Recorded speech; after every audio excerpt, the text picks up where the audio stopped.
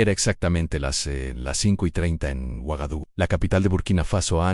El amanecer aún no había llegado, cuando comenzó una conmoción extraordinaria fuera de la residencia privada del capitán Ibrahim Traoré. Docenas de vehículos militares estaban alineados en silencio, cientos de soldados ultimando sus preparativos. Nadie sabía aún que las siguientes 48 horas cambiarían el destino de África Occidental, crearían un efecto sísmico en la diplomacia internacional y ocuparían los titulares de la prensa mundial durante semanas. Tal vez Traoré no pudiera comprender completamente las dimensiones de la decisión que tomó esa mañana, pero mientras trabajaba en su escritorio durante toda la noche, mirando el mapa frente a él, la base militar francesa estacionada en el corazón del territorio de Burkina Faso, a solo 30 kilómetros de la capital, parecía desafiarlo como un símbolo desafiante en Cativas. Había sido el Mayo Ere símbolo de la presencia militar francesa en Burkina Faso desde 2022, y Traoré había decidido confrontar este símbolo esa mañana. La preparación del convoy tomó exactamente 3 horas, 150 vehículos militares, 3.000 soldados y el equipo más moderno del ejército de Burkina Faso. En la decisión de Traoré de hacer una demostración tan grande de fuerza se cristalizó. Después de los informes de inteligencia que recibió en las horas entre la noche y la mañana, lo que estaba escrito en el informe había sacudido profundamente tanto a Traoré como a su círculo cercano. Las rutas de los aviones que partían de la base francesa en las últimas 2 semanas, las reuniones secretas celebradas en la base, y lo más importante, el misterioso visitante que llegó a la base la noche anterior. Todo confirmaba las sospechas de Traoré. A las 6 de la mañana, el convoy salió. El sonido de los vehículos militares pasando por las tranquilas calles de Ouagadougou despertaba a la ciudad. La gente que miraba desde las ventanas nunca había visto tal actividad militar. Cuando comenzaron a compartirse las primeras fotos en las redes sociales, nadie sabía aún a dónde se dirigía el convoy. Pero cuando se vio la expresión decidida en el rostro de Traoré a través de la ventana del vehículo blindado principal,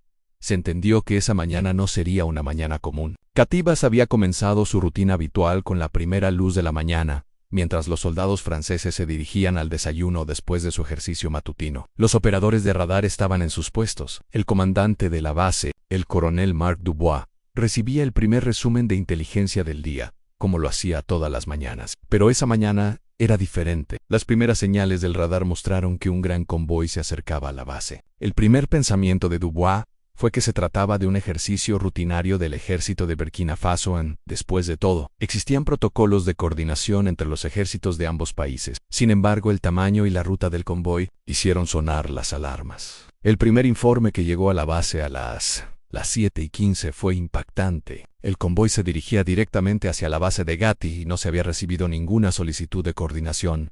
Dubois intentó inmediatamente comunicarse con el agregado militar en Ouagadougou. El teléfono seguía sonando, pero nadie contestaba. Esto no era normal, en absoluto. A las 7:30, los primeros elementos del convoy llegaron a los puntos de seguridad del perímetro exterior de la base de Gati.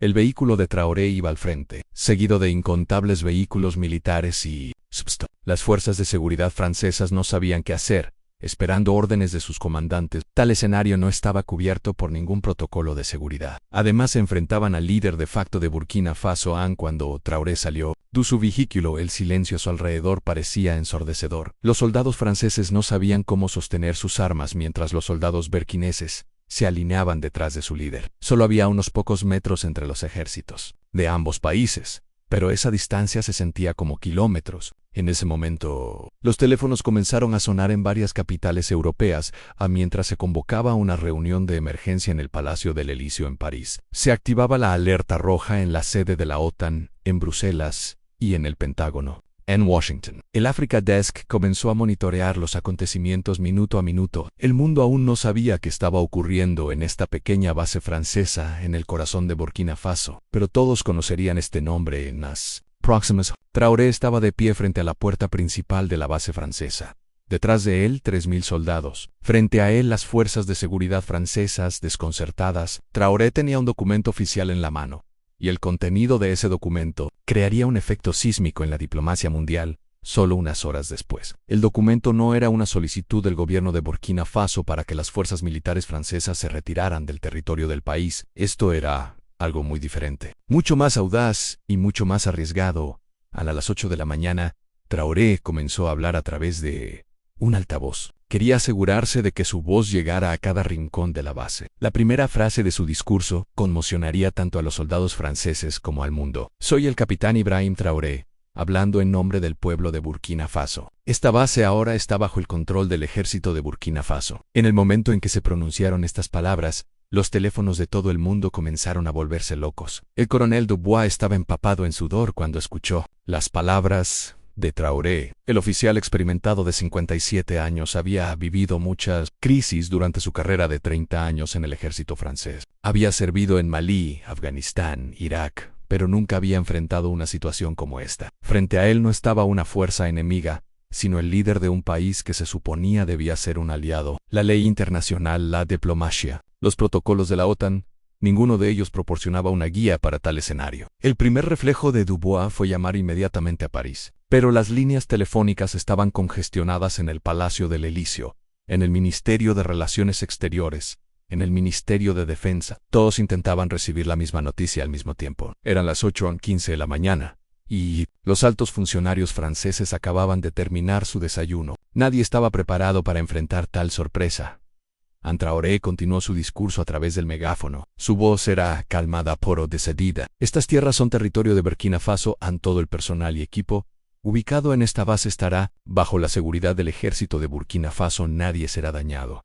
Sin embargo, el estatus de esta base ha cambiado ahora. Los murmullos comenzaron a elevarse entre los soldados franceses. Algunos querían alcanzar sus armas, pero sus comandantes aún no habían dado órdenes. Dubois sabía que no podía tomar una decisión tan crítica por su cuenta. Un enfrentamiento entre los 400 soldados franceses en la base y los 3.000 soldados burkineses que los enfrentaban podría no ser solo un desastre local, sino el comienzo de una guerra internacional. Mientras tanto, los miembros de los medios comenzaron a reunirse alrededor de la base. Los canales de televisión locales se dirigieron a Karti siguiendo las pistas que recibieron de las redes sociales. La primera transmisión en vivo vino de la televisión de Burkina Faso. Los espectadores que vieron el tamaño del convoy no pudieron ocultar su asombro. Los comentaristas no sabían qué decir, ya que algo así nunca había sucedido antes. Cuando los primeros videos comenzaron a ser compartidos en las redes sociales, comenzaron a atraer la atención mundial. Los hashtags cativas en Traoré. Burkina Faso comenzaron a ser tendencia en África Occidental, mientras que también comenzaron a ser seguidos en Europa y América. Los editores de la BBC, CNN, France 24 comenzaron a preparar equipos de noticias de emergencia para enviarlos a las 8:30. Comenzó una reunión de emergencia en el Palacio del Elíseo en París. El presidente Emmanuel Macron, el primer ministro, el ministro de Defensa, el ministro de Relaciones Exteriores y los jefes de inteligencia se reunieron alrededor de la mesa. La atmósfera en la mesa era tensa e incierta. Todos estaban haciendo diferentes preguntas, ofreciendo diferentes opciones. ¿Qué quiere Traoré? ¿Es esto una amenaza? ¿Qué pasará con los soldados franceses? ¿Cómo reaccionará la comunidad internacional? Macron dio una instrucción clara al comienzo de la reunión. La prioridad es la seguridad del personal militar francés. No nos involucraremos en ninguna provocación, pero también protegeremos el prestigio de Francia. Esta instrucción aparentemente simple era en realidad muy compleja. ¿Hasta dónde podría retroceder Francia? ¿Qué tan lejos podría aceptar las demandas de Traoré? Mientras tanto, se llevaba a cabo una reunión similar en la sede de la OTAN en Bruselas, cuando el secretario general de la OTAN presentó los desarrollos en la base de Gati sobre la mesa. Comenzaron a surgir desacuerdos entre los aliados, mientras que Alemania e Italia abogaban por resolver la situación a través de canales diplomáticos. El Reino Unido y Estados Unidos sugerían una postura más firme, mientras Traoré esperaba en la puerta de la base. La fuerza militar detrás de él había tomado posiciones en silencio. Esta disposición no era casual. Los oficiales más experimentados del ejército de Burkina Faso habían implementado la operación de cercado de la base en cuestión de minutos. Cada salida de la base fue puesta bajo control y el espacio aéreo también comenzó a ser monitoreado por las fuerzas burkinesas. A las 9 de la mañana, finalmente Dubois logró contactar con París. La instrucción que recibió fue clara: no escalar la situación, asegurar la seguridad del personal francés. Tratar de negociar con Traoré en esta instrucción fue tanto un alivio como una dificultad para Dubois. Fue un alivio porque el riesgo de conflicto armado había disminuido. Fue difícil porque no sabía cómo negociar. Dubois comenzó a caminar hacia la puerta principal de la base. Detrás de él había dos oficiales. Frente a él, el líder de Burkina Faso.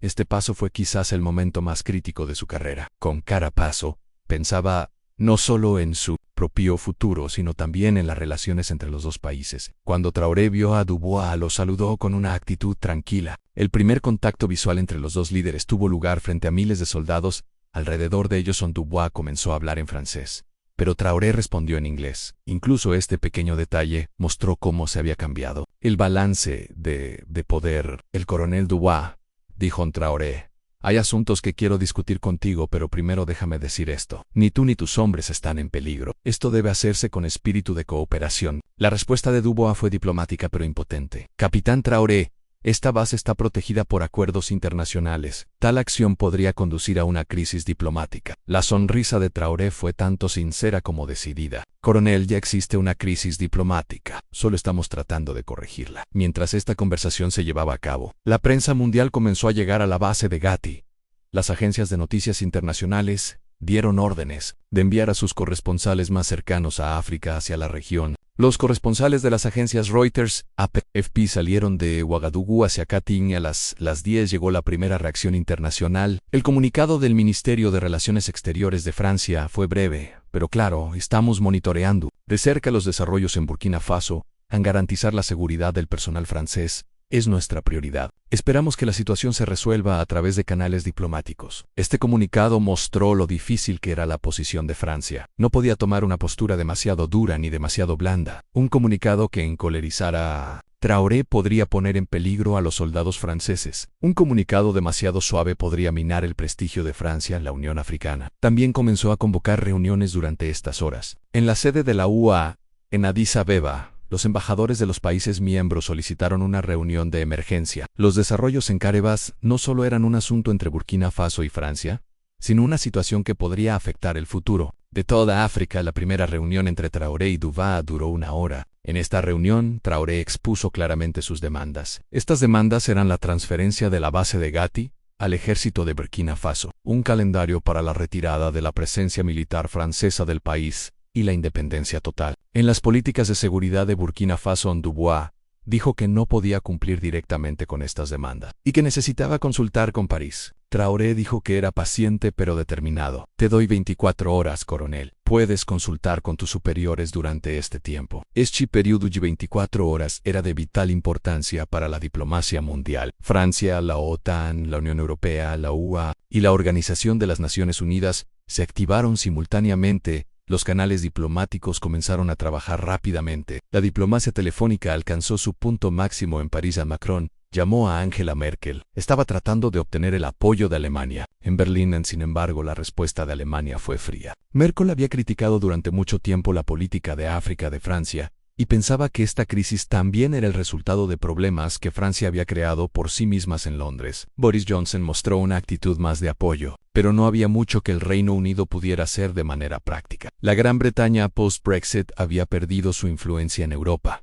En Washington la situación era más compleja. La administración de Biden estaba preocupada por la creciente influencia de China y Rusia en África. Estaba calculando si la movida de Traoré aumentaría aún más esta influencia. A las 2 de la tarde ocurrió un segundo desarrollo en la base de Gati. Traoré anunció que quería hablar con los soldados franceses dentro de la base. Esta solicitud puso a Dubois en una posición muy difícil. La moral de sus soldados ya estaba baja. El hecho de que Traoré hablara directamente con ellos podría causar aún más confusión. Sin embargo, no se podía rechazar la solicitud de Traoré. A través del sistema de altavoces instalado en el patio de la base, Traoré habló con los soldados franceses. Su discurso fue una mezcla de inglés y francés. Queridos soldados, no tenemos hostilidad personal hacia ustedes. Están cumpliendo con su deber y nosotros estamos protegiendo los intereses de nuestro propio país. Su seguridad está garantizada durante todo este proceso. Pueden comunicarse con sus familias. Se cubrirán sus necesidades básicas. Este discurso encontró una amplia resonancia en los medios internacionales. El comportamiento caballeroso de Traoré anuló los esfuerzos de propaganda que intentaban presentarlo como un líder agresivo. El hashtag Resistencia Respetuosa comenzó a hacer tendencia en las redes sociales. En las horas de la tarde, el número de periodistas acampando alrededor de la base de Katy superó los 100.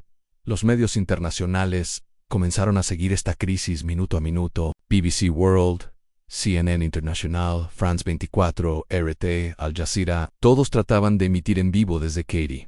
Esta atención mediática fue ventajosa para Traoré. La opinión pública mundial estaba viendo los desarrollos con sus propios ojos. Era visible para todos que los soldados franceses no habían sido dañados, que Traoré se comportaba con respeto y que la situación estaba bajo control. A las 8 de la noche, se celebró una segunda reunión de emergencia en París. El estrés de Macron era claramente visible en esta reunión. Francia estaba bajo presión tanto interna como externamente.